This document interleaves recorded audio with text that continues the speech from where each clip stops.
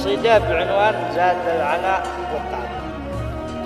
يقول أبو صخر أنا قلبي بيتألم والعين تدمع ولا حد قدر ما به،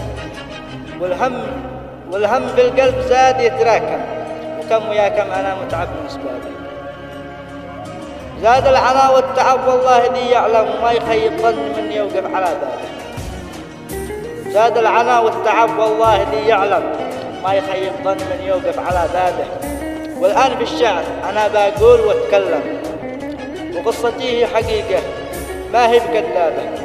في بلدة أصبح وحيد، في بلدتي أصبح وحيد والناس ما تعلم، ولا حدا بيحس بالقلب وتعابه. حتى الخوي الذي خاواك ما يفهم، حتى الخوي الذي خاواك ما يفهم، ولا يشوف صاحبه ما هو الذي صابه. كم صحت في الناس وكم صحت يا عالم، باقت حياتي ودمع العين سكابه.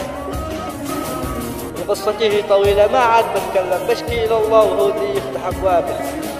والصاحب الجيد في صحبته مغنم، اشتد به في الشدائد وأقول حيابه.